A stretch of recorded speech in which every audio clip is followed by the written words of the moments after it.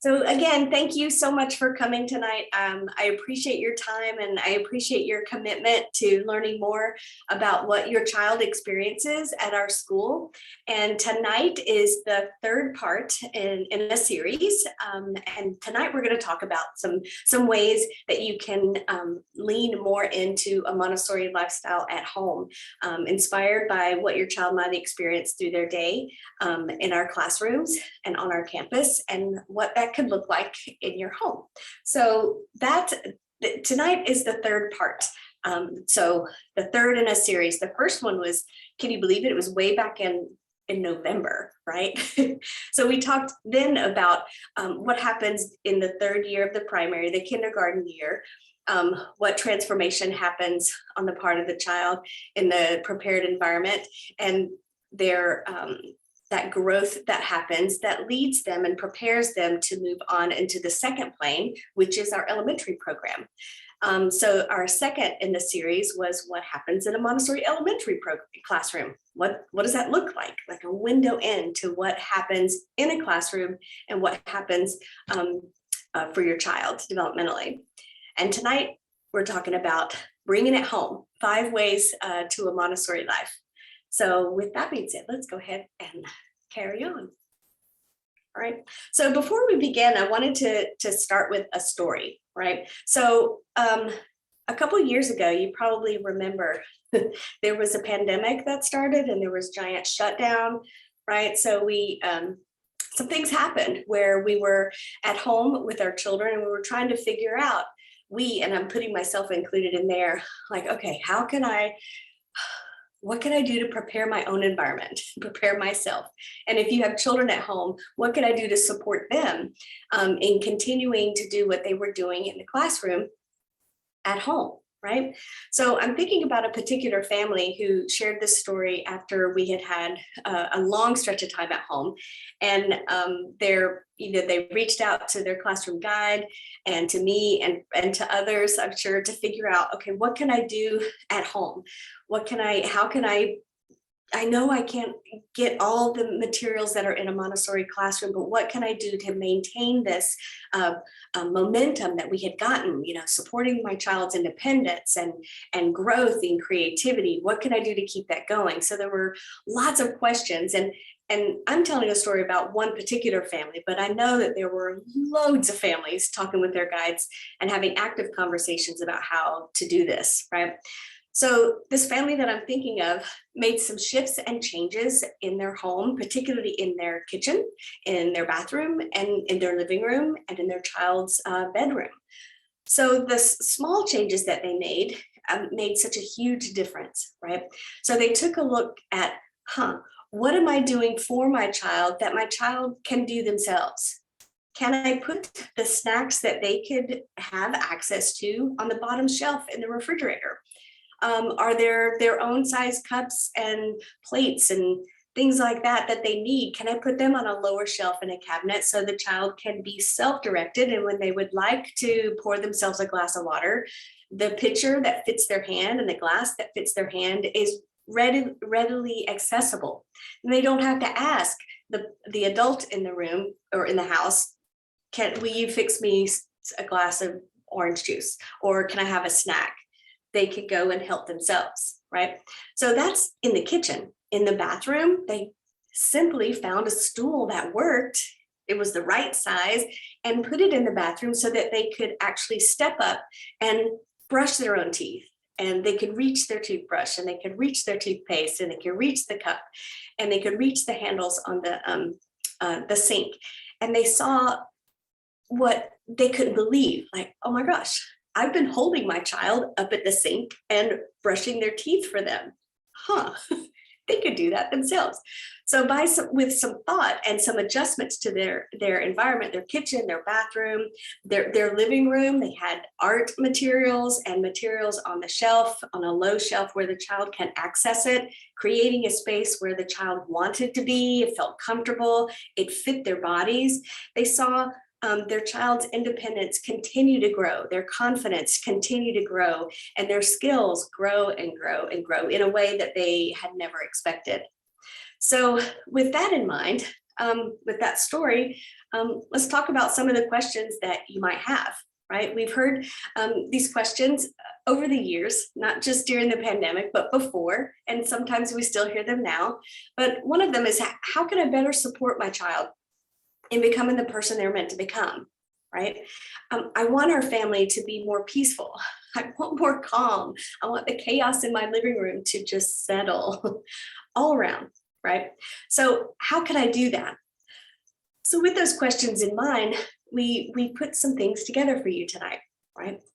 So it turns out the more we learn about Montessori, the more it seeps into our lives. I know I could speak for myself, Maria, Braden, you could probably speak to yourself, speak from your own experience too. Our sense of order, I can speak for me. My sense of order has grown more and more refined, right? So I noticed with my own children, can I put things where they could reach them and in a way that is inviting to them. So I don't have to say, hey, how about go get this, or would you like to paint? They would see the materials available to them and they could tend to it themselves, could do the work, could choose the work, could do it, put it away, all on their own.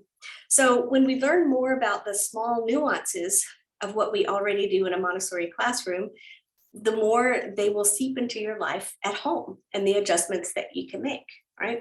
And that's just the environment. We haven't even talked about how can I support my child? How can I support me? How can I grow, right? So we'll talk about that tonight too. So as we're learning to find ways to better support your child, to become the person that they are meant to become, we'll find ways that make sense in your own home, right? That'll make sense in the kind of home you want to create for everyone that's under the roof, right? Not just you, not just the child, but everyone who comes in, right? So in making a little shift here, I want to show you this graphic that you guys have probably seen. Braden, Maria, does this seem familiar? Some people call it like the triangle, right? It's one way to look at, how can I better serve my child, my student, right? So there are ways that you can make adjustments to find more peace, more calm, more contentment, more success, right? So the 3 points that you can look at are the adult. What can you do with the adult? That's us in the situation. Can I learn more? Can I adjust what I'm saying? Can I grow? Okay. And then we can look at the environment, the actual space itself. Can I bring that pitcher down to the bottom shelf in the refrigerator? Can I move the plates where they could reach them, right? Do things fit their bodies? Is the spoon the right size for their hand, right? And then the final point is the child in the situation. Do they have the skills that they need? Do they have the freedom and the responsibility to be the full person that they're meant to become? Yeah. So if we take a look at these 3 points, let's start with the adult, right? So let's see, I'm going to move some things around on my desktop here so I could see better. Thanks for being patient, everybody. Okay. Can you see the full slide? Because on mine, it's kind of cut off on the bottom. Is it good? Okay, cool. Great. It just looks weird from here. Doesn't matter. Okay, so first, let's start off with the adult, right? The preparation of yourself. So there are many different ways to take a look at that. So the real preparation for education is the study of one's self. And that sounds very grand, right? But if we take a look at how am I showing up for my child? How am I showing up for my family? It's important to turn and look at who are you and what do you bring, right? Where are the places that you have superpowers and you are incredible at this, right? And where are the places where you still want to grow, right? So we can all agree that it's an evolution, and we continue to prepare ourselves as we grow and learn differently. Because, I think if I can ask you to just raise your hand if you've made a huge mistake and then you learn from it and you did something differently the next time, Can we all share in that experience? Yes, right? So that is kind of a reminder that, okay, we're going to make mistakes because that's part of what makes us human, right? I was just talking about that in the elementary classroom today, right, Maria? Like we make mistakes and, you know, we might say something that's rude or maybe even mean or, oh, whoa, I did that thing. And so what do we do to repair it? Can I Yes, add something? Can I of course. interject? Of Because course. I love the piece that you added at the end, as we're humans and we make mistakes, no? Mhm. So that is a key element there. So thank you so much for that. You're welcome. You're welcome. Well, it's the big one, and that's why it's number one, right? Because it's not an easy task, and it's not a task that is complete overnight, right? You'll have times where you'll make a huge leap and have a huge understanding of, oh my gosh, this shifted so many things.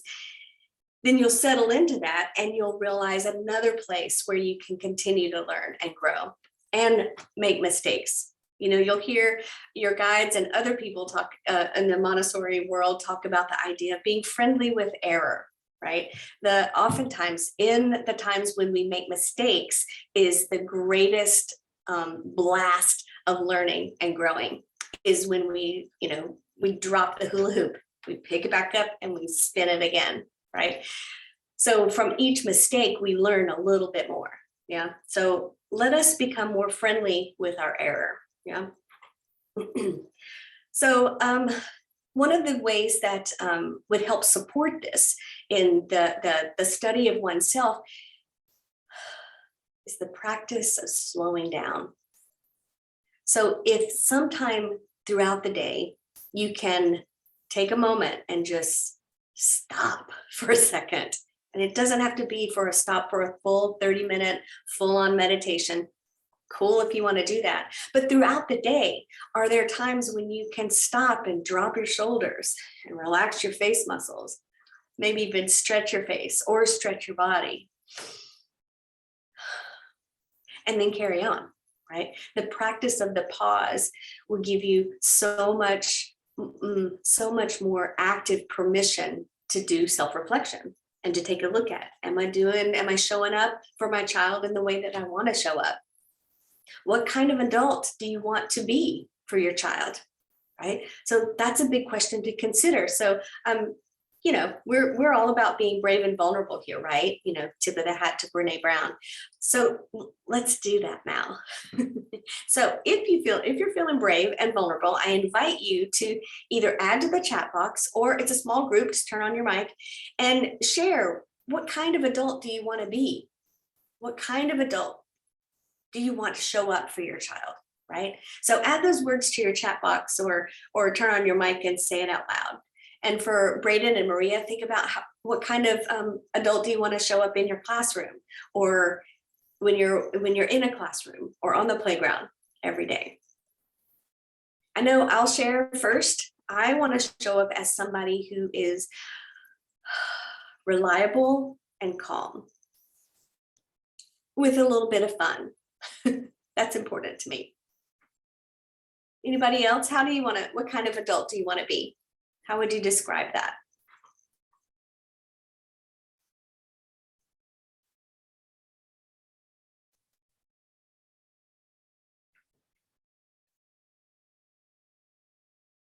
I see in the chat boxes going, kind, patient, yes, yes. Joyous, oh yeah. And you might see somebody put something in the chat box, you go, oh my gosh, yes. That too, I want to do that too. Yes, yes. Well, if you add it to the chat box, or you're just thinking about it right now, or you're writing it on a piece of paper where you are tonight, think about that throughout the rest of the week. Like, what does that look like? And are you showing up in that way for your child? Okay, so we're ready to shift to the second one. So number 2, look inward to ignite change. Okay, what do you mean? Let's talk about that. So it is true. We all have preconceived notions. We have ideas in our heads how things should be. This is how I'm supposed to parent. This is how I'm supposed to show up as the important adult in the life of the child, because that's how I learned. And this is the way teachers taught me. This is how I will teach children. This is how the important adults, parents, family members were to me. That is the kind of adult I'm going to be in the life of my child. Is it working for you? If so, keep it, carry on. And when you do that self-reflection, remember step number 1, you could take a look at, do I want to do something different? This isn't serving me anymore. I don't want to say that anymore. That doesn't feel good when I say that, right? Often when we are at an emotional deficit, when we're stressed out, when we're not rested, when we don't have food in our body, when we're not hydrated, all that stuff, when we are not at our baseline, we tend to go back to those things that we heard and we learned as a child that maybe aren't the things that we want to say, right? We might think immediately. I mean, I've got 2 or 3 phrases that come up right away when I'm thinking about my own adults in the classroom in my childhood. Like, yeah, I don't want to say what Miss Fox said to me. I don't want to say that phrase that my mom said to me. I want to say something different. Now, when I get upset, when my children were really going sideways, did that phrase come up into my mouth? And sometimes did it slip out? Yes. Was I able to transform that? Yes. So there's hope. You can transform it, you can shift it and change it, right? So when we're thinking about what do we want to change, we can start with the phrases that we say, the ways that we show up for our child, right? So with those preconceived ideas that are deeply ingrained in us, right? It has to do with the way that we speak, our phrasing that we use, the interactions that we have with our children, but it also has to do with our ideas, right? It's easy to get stuck in an idea and think, well, this is the only way. This is the only way education. This is what education looks like. This is what I'm supposed to do for my child who is entering preschool. This is what I'm supposed to do when they turn 11 or when they turn 16 or 18 or 21, right? So with a constant reevaluation of those ideas that may be stuck for us, we can make the decision to shift and change them, right? So I have some questions to pose to you to help you consider some of those, okay? So here's the first one. Let's see. Pardon I have a little bit of a sticky nose. Okay, so do we approach elements of parenting or learning in certain ways because it's the way we experienced it when we were younger? Or do we consider other methods, other ideas? Next one is, do we let our children see us as readers? Do we read just not out of necessity, but for pleasure as well, right? So you might have a notion that, well, I want my child to love books, and they may already, so that's great. And do they see us read, right? I want my child to be curious in the world, right? Do they see us be curious? So that's another question. Does our child, do our children see us as curious people? I want my child to be kind. Does my child see me as kind, patient, joyous? You see, those words that would describe the way we want to show up to our child.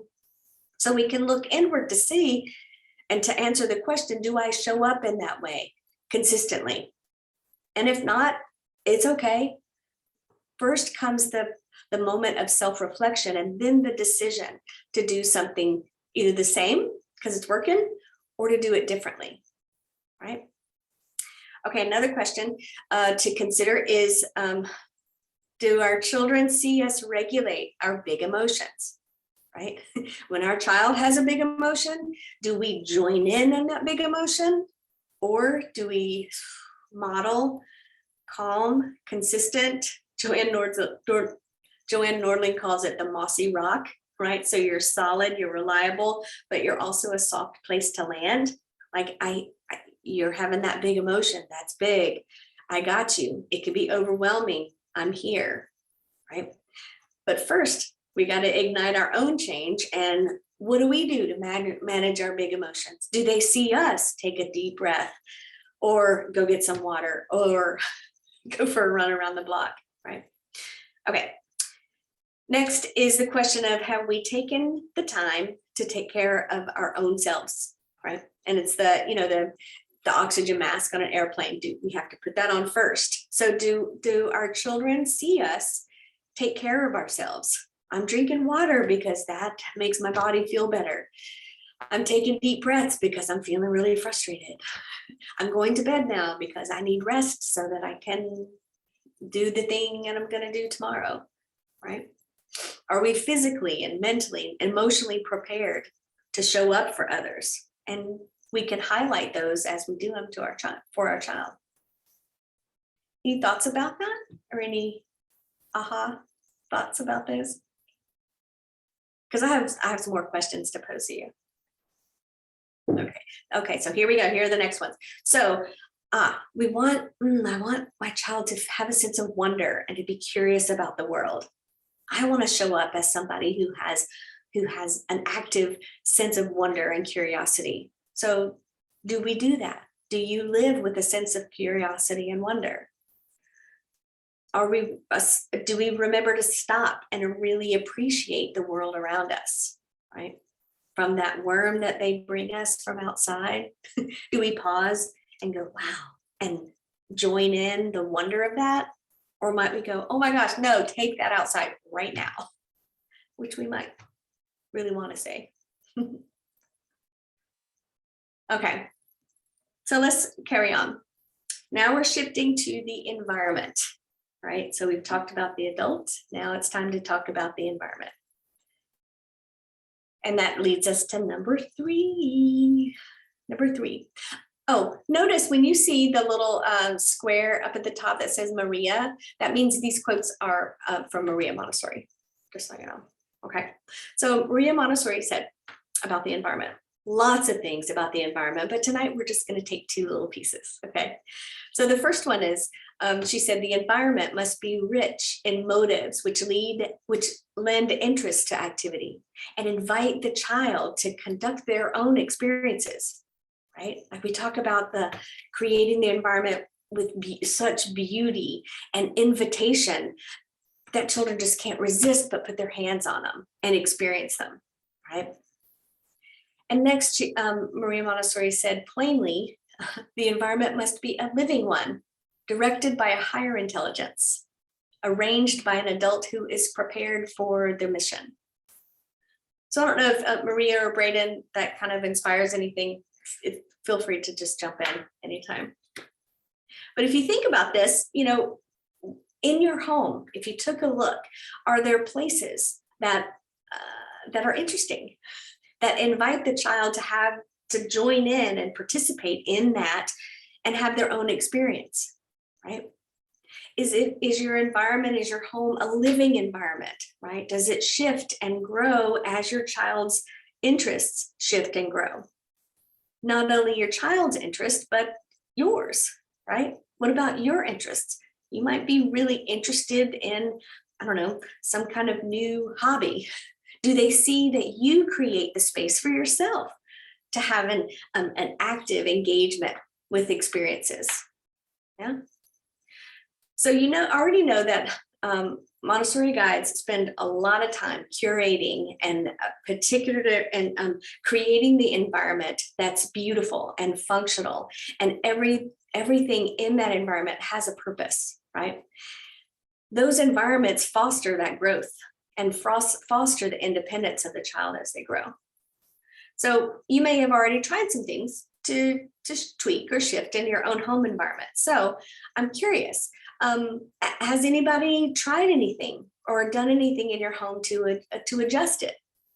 Kind of, if you think back to the story we had at the beginning, has anybody tried any of those ideas of shifting things in the kitchen or the bathroom or the bedroom or living room so that the child can be, have interest in that activity and be invited to join in on it? Has anybody done something like that?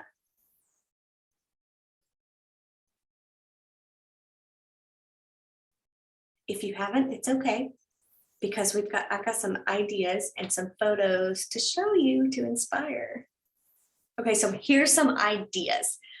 Okay, now it was a Google search, at home Montessori, right? So yes, these are pictures that look like they could just be taken right off of Instagram, and there's a filter and all that stuff, but let's just take a look at them, okay? Surely those chairs cost maybe $125. You don't have to buy the chair that's $125, okay?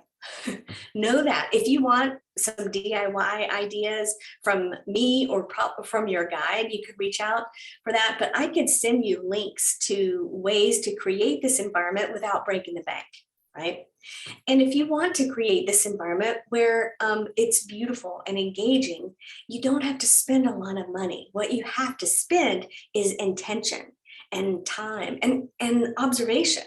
So you take a look at, okay, how big is my child? How tall is my child? That will help you make the decision of how big the chair should be. I'm looking at how things naturally happen in my home. Where do we usually take off our shoes? Okay, at the front door. So cool. Perhaps the chair and the shoes go by the front door. We put our jackets, we get our backpacks right at the front door. Is there a place at the front door where it makes sense for those activities to happen? And do they have the space and the tools they need, right? The shoes are there. Looks like in this first picture, there's a basket, and I'm not sure what's in there. Can't quite tell. Oh, maybe it's the things that they take to school the next morning. Their hats, their sun hats are there. And you'll notice that that's the space for children. Okay, well, what about my hat and my coat, which takes up a lot of space too? It was kind of cut out when I edited this, but you can see over on the right side, the hat hanging up. That's probably where the long adult coats hang and the hats hang. Is there maybe a chair or a space for the adult to sit to put on their shoes? Right? So when we prepare the environment for our smallest children, don't forget you, because you will also role model. How do you do it, right? So you've prepared this beautiful space for children, and then they see you stand in the middle of the room to put on your boots while balancing in the middle of the room. Consider that. Let them see you enjoy a space that you've created for yourself also. And if you've got older children, how do you make that adjustment? Maybe the little chair, there's a smaller chair for your preschooler and a larger chair for your elementary age or middle school age child. And take a look at the middle one, right? So that's the front entry. And now we're moving into maybe their bedroom space or maybe a living room space where children have access to materials that they need. This looks like it might be an art or a writing kind of space, creation kind of space. And you'll see the materials they need are right there. So they can tend to that themselves without asking you, can you get out the crayons? Can you get out the paper? They can, because the environment's prepared, they can do that for themselves, right? You'll see over on the, left-hand side, there's baskets, which is labeled. And it's like, okay, Amy, I'm probably not going to do that because that seems like a lot of work. It is some work, true. And decide if that's important to you to do that initial push of preparing the environment and then allowing your child to maintain that independence, right? It might be a really interesting and helpful investment of your time up front to create the space and environment where they can serve themselves and that they can tend to their own needs as they happen. Food for thought. Okay, and the next one looks kind of like an entryway, and you can see where they also have a step stool and a place to put on boots, and there's your coats where they can reach them, right? And there's a low shelf with some looks like toys, activities, experiences where they can self-select. Are they going to take out the rainbow puzzle to a table or to a rug? They have space and access to those things, right? The books are right there. They can take that. It looks like there's a small chair there in the corner too. And that looks like it's part of the living room. It's part of home, right? Okay. So your child's not going to be a toddler or in preschool or in elementary school forever. They will grow. So as they grow, the environment will shift and change too. So those of you who are families who've had children who have grown up through teenagehood and into adulthood, I could tell you it changes. So eventually you won't have that little chair, and you will be able to take the hooks off the walls that are down low and move them up, because they're growing and evolving. The space that that you create for them eventually will be a space that they will create for themselves. And that's a pretty magical thing to see happen. Okay, here are a couple other ideas, just to spark some ideas of what you could do in kind of a snacky kitchen area, right? So look, there's a stool there for the child to get up, and looks like there's, are those nuts? Something where the child can get up and access it themselves. You don't have to remodel everything and take out all the cabinets and make low cabinets for your children. No, you can add a stool or add something where they could use it to get up to where they need to be. And it looks like this refrigerator looks like a mini fridge. If you have the space, and great. Or if you don't have the space, take a look in your refrigerator and what can you move around, right? Maybe you put the ketchup up higher so that your toddler won't squirt it, out of their deep interest for what happens when I do this, So put in there within their reach, what's okay for them to reach, what's okay for them to get, right? I love this picture especially because check it out. Look at that, the glass cup that has the ranch dressing. No, it looks like hummus at the bottom, or maybe some green goddess dressing or something with the veggies already cut and put in there. I would eat that. Maybe your child would too, right? And there are oranges and looks like raspberries or other kinds of snacks or fruit that is okay for you, right? And okay for them. So you prepare it and then get out of their way. Okay, cool. All right, here's another idea for you. Now notice there that the shelf is not full of a ton of stuff, right? There are just a few things there, right? So consider, do you have to have everything out all at one time, right? I was a parent, yes, I had a bin and it was like toy soup, right? And my children sometimes would be interested in it and they would just pull everything out until they found the thing that they were looking for. And so what happened is my living room was covered in Polly Pockets and blocks and this and that and the other, so that they could get to what it was they were looking for. Then I learned and grew. And one day I actually had a shelf where it fit their bodies. And did I have everything out all at one time? No. Was that hard? Yes, because all the things I thought were great, like, oh, this puzzle, and oh my gosh, this thing, oh, this lacing thing, all of it is amazing and it needs to all be out all the time. Not necessarily. So you could create a kind of a rotation, right, of what's out for a while, and then maybe you'll notice, because you observe and you notice that, oh, they're not really engaged in that. So let's just put that in the closet for a while and put something else out, right? Because that shelf, you could see, I mean, that's prime real estate. So do you want something there taking up space that they're not really interested in right now? Notice I say they're not interested in it right now. They might be interested in a month or so. Okay, put it out again, see if they're interested. Also notice, you see the child drawing with the crayons?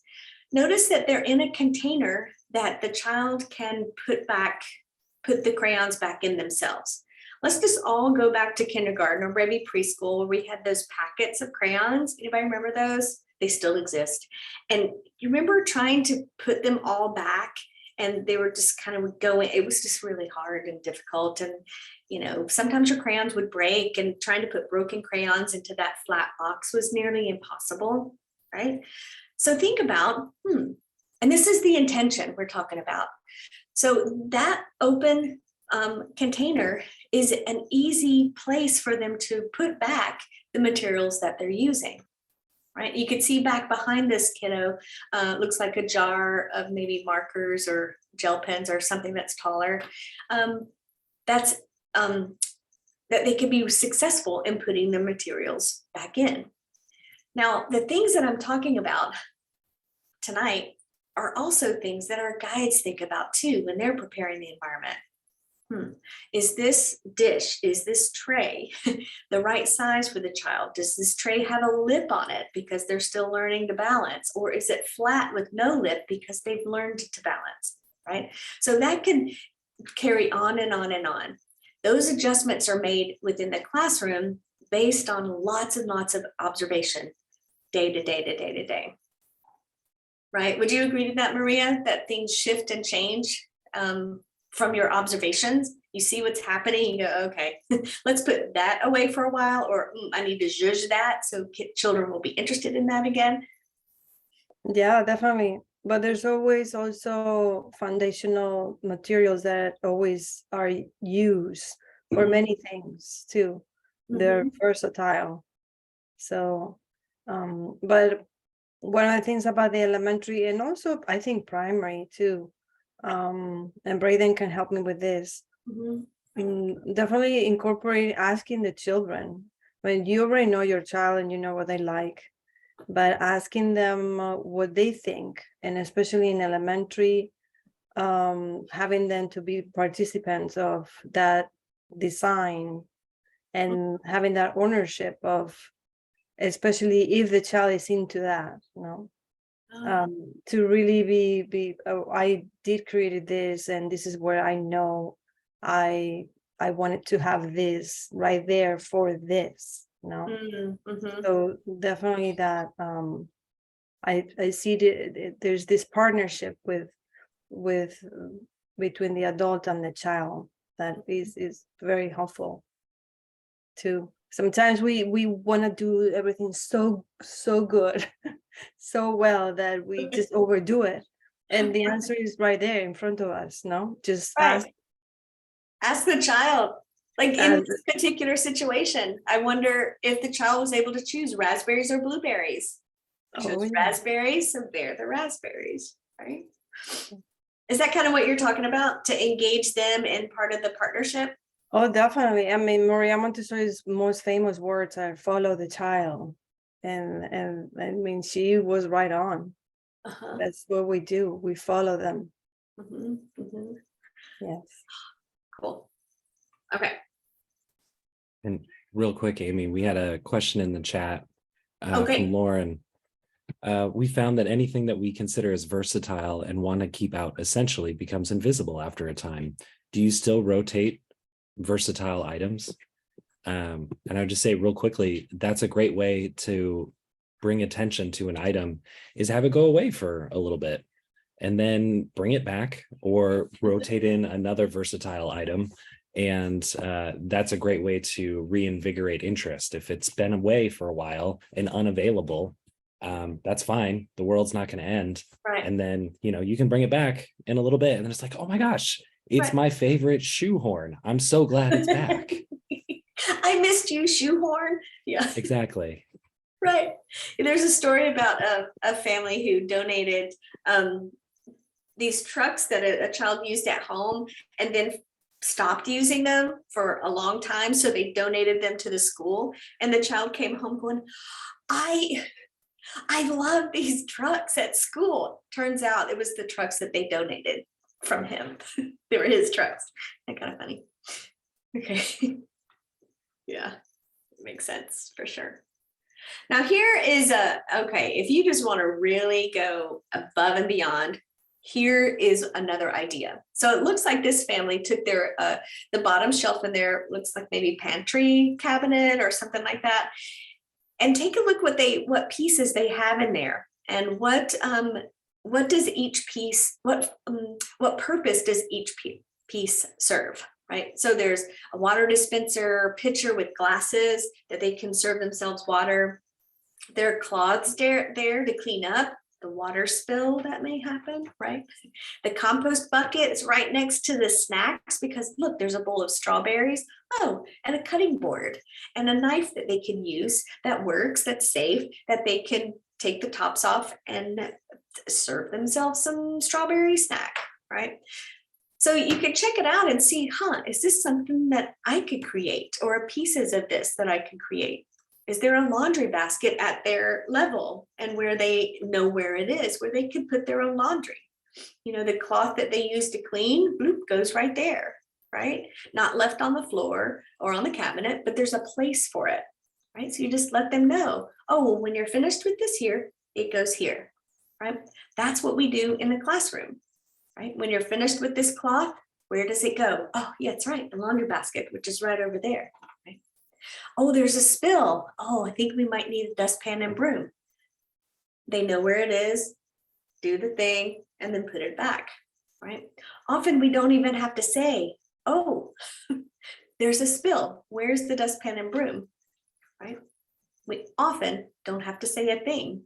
If they know where the dustpan and broom is, they know how to use it, they will go get it when they need it, yeah? Okay. Okay, so let's carry on to the next part of the triangle, the child. Like, how do we support the child? So that takes us to our fourth point, supporting the child. So here's another Maria, Dr. Montessori quote: follow the child, but follow the child as his leader. And this is kind of a paraphrase of a huge concept, right? Yes, follow the child, absolutely. Does that mean that they have full reign to do everything and anything that they want? No, that's often a myth, right? Within limits, because sometimes when given so much freedom to a young child, that can be incredibly overwhelming, right? And then we see our child become dysregulated because there's so much anxiety of, oh my gosh, I've got so much power, I don't know exactly how to manage it, and I'm kind of freaking out a little bit, right? So that's when the adult can come in and follow the child as their leader, right? Or as their guide. They prepare the space for the child to lead themselves with guidance from the adult, right? So we follow them with guidance, right? So it's a tall order to do this, and it can be really tricky over time, because you know what? They grow and they learn and they mature and they evolve, and so do we. So as we're following the child, we remain observant to what skills are they getting? Where do they got that skill. It's pretty, got that locked in. Oh, this skill is kind of lagging. How can I teach into that skill? Right? So Ross Green talks about the idea of lagging skills and unmet needs, right? So if we think about, what is the child trying to get at? What need are they trying to fulfill?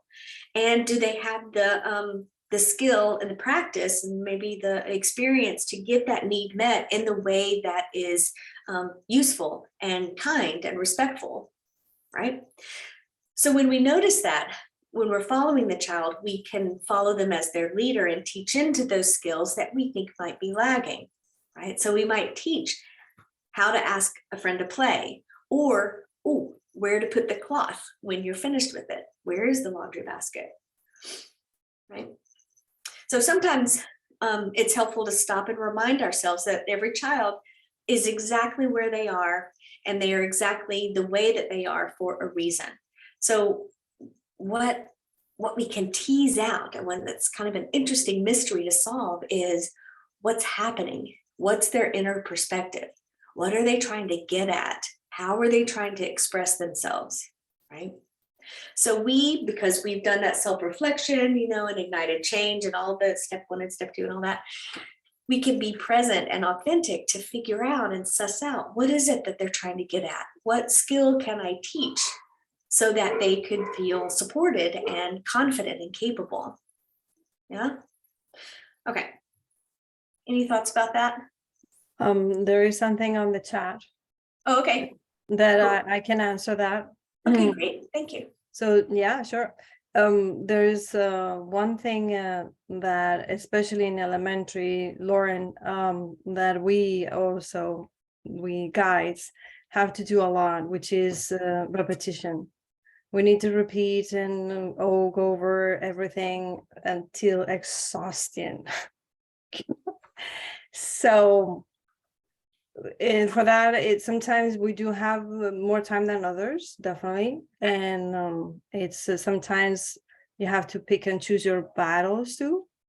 So it's not perfect, but definitely the more I repeat things, the more I work on what is called grace and courtesy, which has to do with for example, in this case that you're talking about, them maintaining the environment or having things in their place. There's a lot of repetition has to happen throughout the year. Mhm. So it's okay. I didn't get to read the other thing. Where things going really the issue. Yes. Yeah, right, exactly. We are all in the same place with that. But like I said, pick your battles, start with one thing. I Yeah. always, that's my motto, one thing. What is it that I want to I consider important for me, and I want my child, like the quote says, no, we are the adult, no? Yeah. What is it that we want to communicate that is the important thing to start working with, and Mhm. repeat. Right. Yeah, like Maria said, choose one. Maybe it's your entryway. And One. that's the thing and then once you get that, and everybody's got that rhythm and they know what the expectations are and they know where to hang their coat, it becomes easier to, when you come in, put the coat on the hook. Not always, but it's more likely once you have that rhythm going, right? So pick that one place that's most important to you. And then once you got the front entryway, move to the kitchen or to the bathroom or whatever. And I'm thinking also what Braden said earlier, and we were talking about, curating the space. If clothes in the drawer is the issue and they've got 50 t-shirts, maybe 45 of those t-shirts go into the closet for a while. So there are only 5 shirts to put in the drawer rather than 50. And 50 is probably an exaggeration, but I don't know. I'm remembering the number of shirts and dresses and pants and socks and underwear and hats and all that. I had 2 daughters with great, they loved all the different things. But man, when we limited it to just a handful of choices, then that's cool. And you rotate them, right? Does that make sense? Is that helpful? Is that helpful, Lauren? And that's like that early investment, like taking a day and going, okay, Saturday, we're going to tackle the entryway. And do we use all 10 pairs of shoes? Does everybody wear all 10 pairs of shoes that they have here? Yes, no, maybe, right? And then you can decide, oh my gosh, I don't wear my rain boots except, how often? Or I have my hiking boots here. Do I go hiking every day? If yes, great, that's where they belong. If not, can they go in a closet? Right. Lauren is like, yeah, we do everything you mentioned. And yet it's the end of the day, and you're like, oh my God, if I have to pick up another thing, I just can't. So all the things stay out. Again, friendliness, not only with error, but with mess, because life is messy. I mean, we're all not, didn't Maria Kondo just come out and say, okay, I'm I'm lightening up on the tidiness because she's got 3 kids now. she's learning and growing herself. So we don't have to have those spaces from the pictures that I showed you all the time, right? That's like, ideal, right? Or the IKEA showroom. And it's often not real life, right? But it's the kid that's tired. Can you take off my shoes? Can you hang up my backpack? Oh, yeah. And we've seen that too. How about I'll help with one and you get the other. You try one, I'll do the other, right? Because we don't want to be jerks, right? We want to be helpful. We want to model being helpful when someone asks you for help. Yeah. So how about you get a shoe, I'll get a shoe. I can get your backpack, you hang up your coat. Would you like to hang up your backpack or your coat? Kind of like that, right? all that to say, it's important to say before all that, wow, there is a whole lot to put away right now, isn't there? It is the end of the day and we're tired. So one, build that emotional connection by letting your child know, I get it. It is. It's the end of the day. We're hangry and we need a bath and, all of this. Let's have a snack first and then come back to this. Or let's, name that emotion. Let them know, I get you. I see you. It is hard. You're tired. We're tired. So you name what is happening right now. Oftentimes that can transform the meltdown that's happening, right? Is when you could say, oh my gosh, it has been a long day. We have been in the car for so long. Things are really different at grandma's house. You're right. Oftentimes just that sense of finally, somebody gets me, somebody hears me, somebody recognizes that I'm just done. I'm toast. I cannot even pick my foot up to take my shoe off. Often that will settle a child or any human who's feeling that way.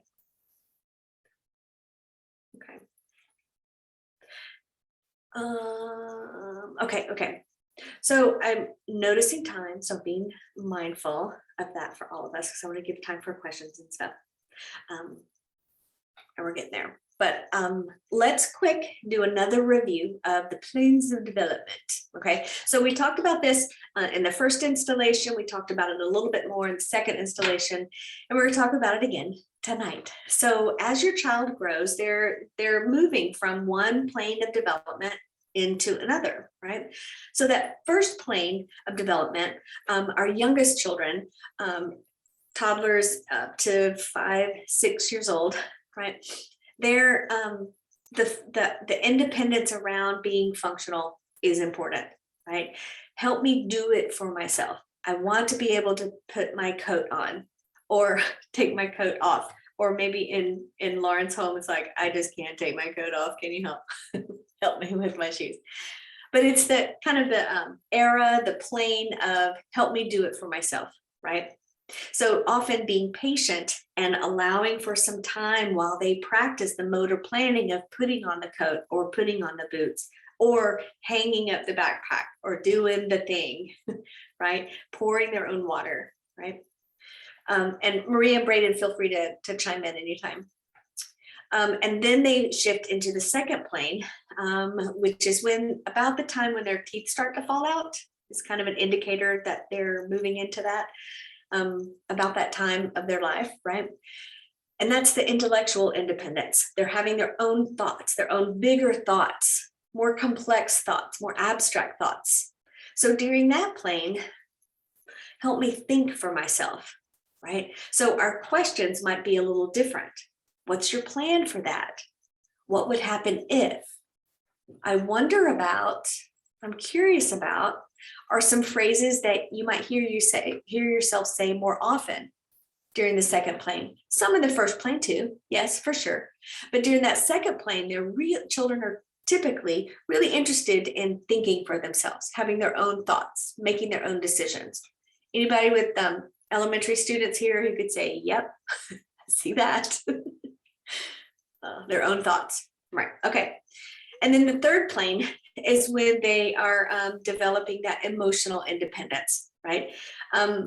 Help me feel for myself. So they're getting a deeper understanding about what their emotions are, and they're developing the sense of what the emotions are of others, right? So empathy, I can't remember if we touched on this in the first or second one, is a skill that emerges, that develops from infancy on, right? So in this third plane, that's kind of a big burst of growth in their emotional independence and their emotional intelligence, right? Not to say that it doesn't begin first and second plane, but you'll see in the third plane that becomes a big deal, right? Help me feel for myself. Right? Their feelings are theirs and not yours. You might hear, you don't understand me. You don't get how I'm feeling.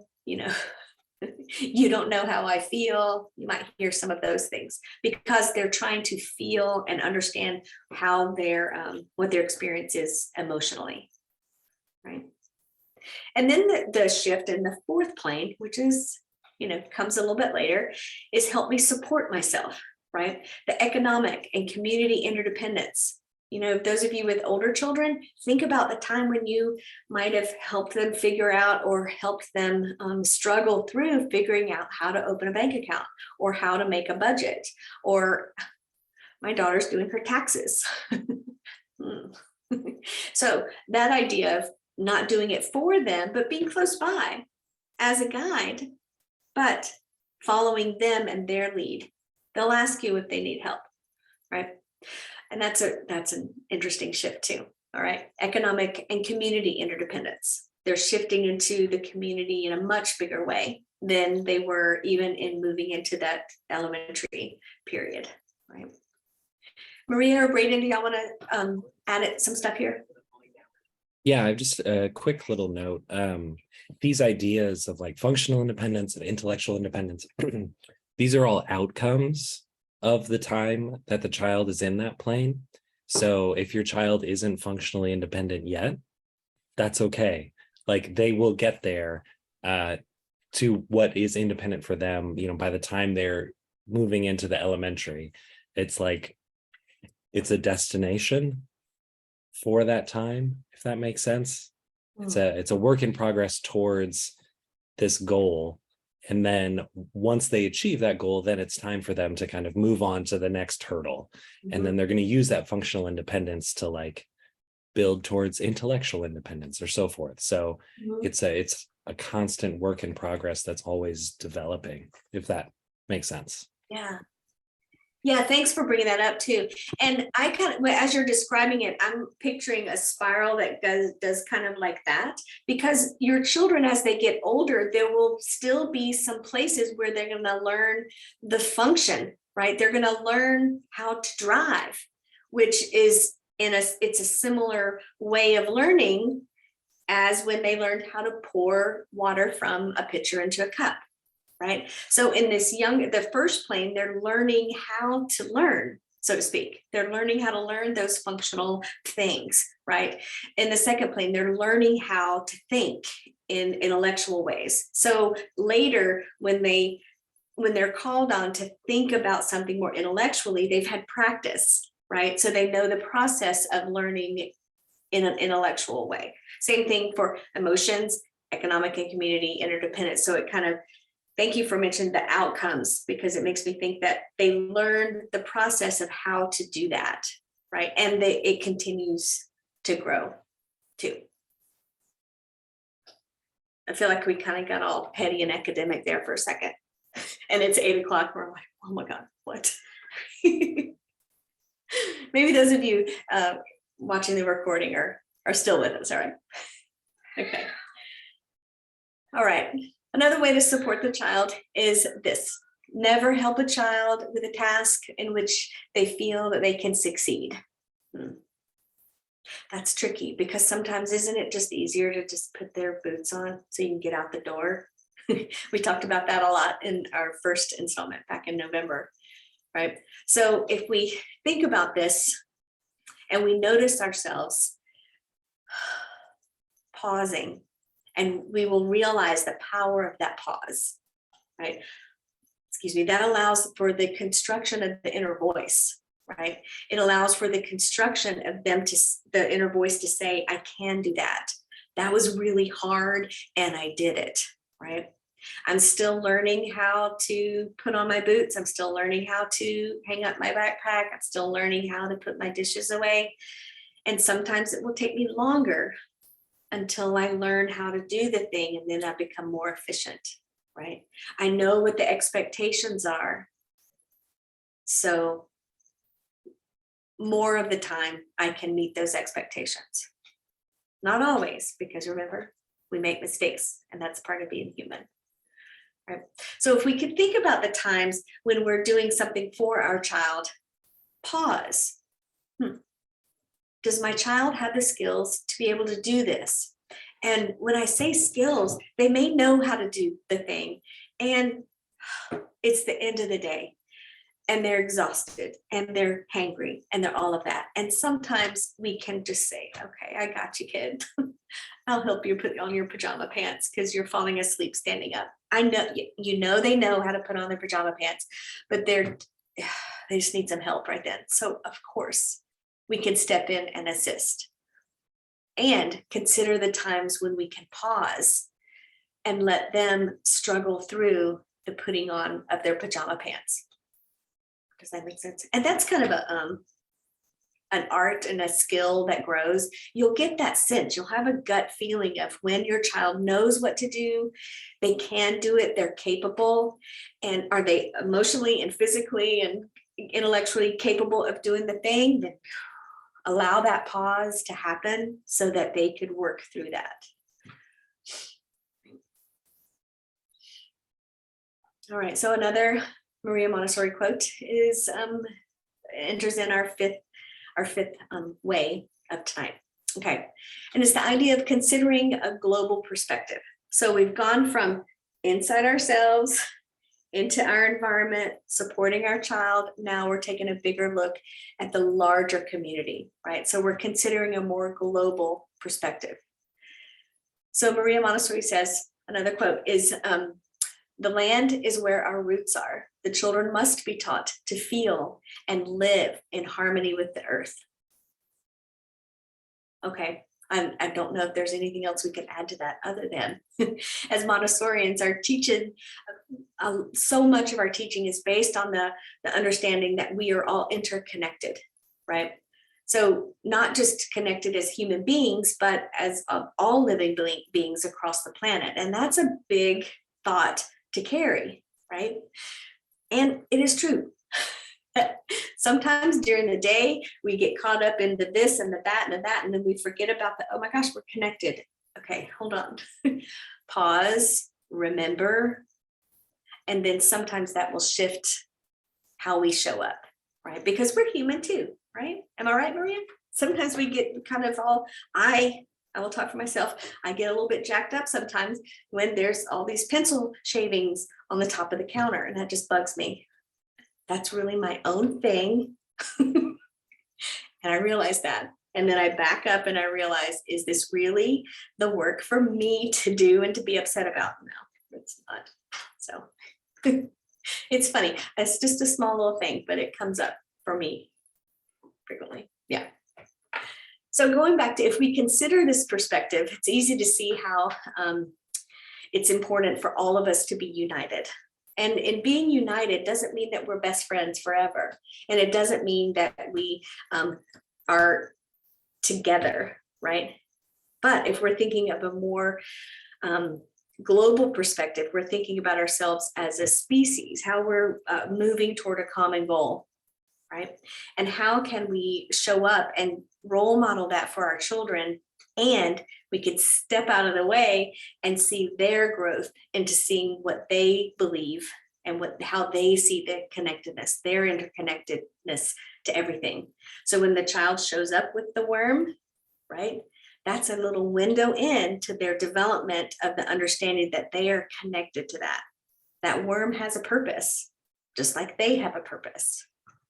Kind of big thoughts to think about throughout the day when you're with your child. Oh, I did want to share with you, there's a book that I really love called The Parents Tao Te Ching. Here it is. I just recommend this from me, Amy Williams, as a parent, to those of you who are important adults in children's lives. And there are bits in here. There's one particular piece at the very beginning when it talks about the idea of showing up authentically and role modeling curiosity and wonder in the natural world. And I'll just read it briefly to you. It says, go for a slow and mindful walk. Show them every little thing that catches your eye. Notice every little thing that catches theirs. Don't look for lessons or seek to teach great things. Just notice. The lesson will teach itself, right? So if you're on a walk, you can look at a tree, okay? I'll use a tree as an example, or a bush or a flower that's blooming. And you can pause and go, oh, look at that flower. or look at that tree and pause and just notice. With that pause, and often with our quiet, they will receive that lesson and they will experience the tree in a different way than if we kind of try to shove in here are the parts of the tree, and this is the trunk, and this is photosynthesis, and this is what kind of tree. There's a time and a place for that, yes. And wow, if we started with the place from a place of wonder and curiosity, where they can experience that tree or that bush or that flower, then we can talk about the parts of the flower and the tree. Yeah, right. But first they experience their connectedness to nature. They experience the, whoa, that is a big tree, or ooh, that is a tiny fly, right? Okay. So let me know if you want, this is old. William Martin is the author. He did a translation. There's also a couples guide to tie to a couples version. It's kind of interesting. Okay, I have that copy too. Okay, and related to this, the fifth and final piece is the idea of responsibility. Okay, so we talked about responsibility last time we met, last week. So just wanted to revisit this again. Let's see, we call in elementary the idea of cosmic education, right? Because as children want to learn about the whole cosmos in an effort to understand their piece in it, right? So first, seeing the tree, experiencing the tree, and figuring out, what is my relationship to that? How am I connected to that? How am I connected to my friends or other people or the adults in my life, right? Let's see, who and what they are responsible. Who and what are they responsible to a larger circle beyond their family, classroom, school, city, country, species? And remember the goal, and we're talking about the third plane here. Remember, the goal of the third plane is to find one's place in the community, in the world. What big difference are they going to make in the world? How can they contribute? How do they experience it? What is the back and forth in my connection? What is my responsibility?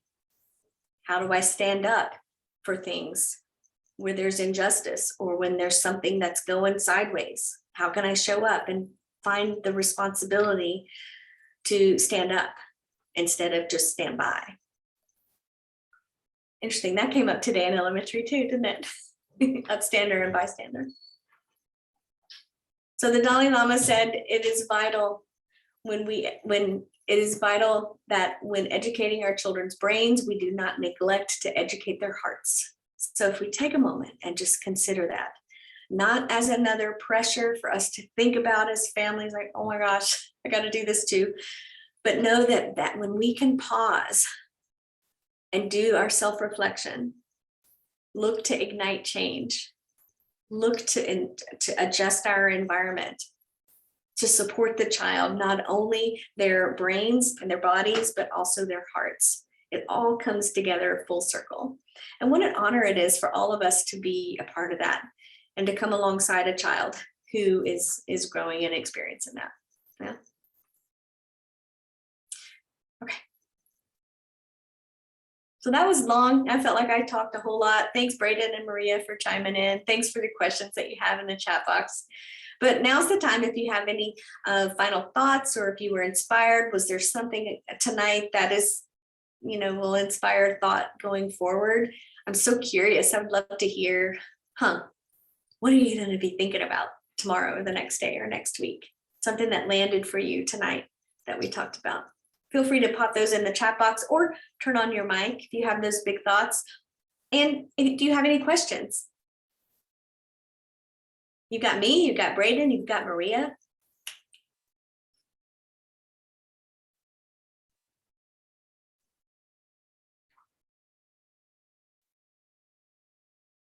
I'll go ahead and pause the recording now, because I think folks who are watching this recording later, we can add those thoughts or questions into something else, but I'll go ahead and turn that off now. So if anybody just wants to, feel free to ask a question without it being recorded. I'll stop recording now.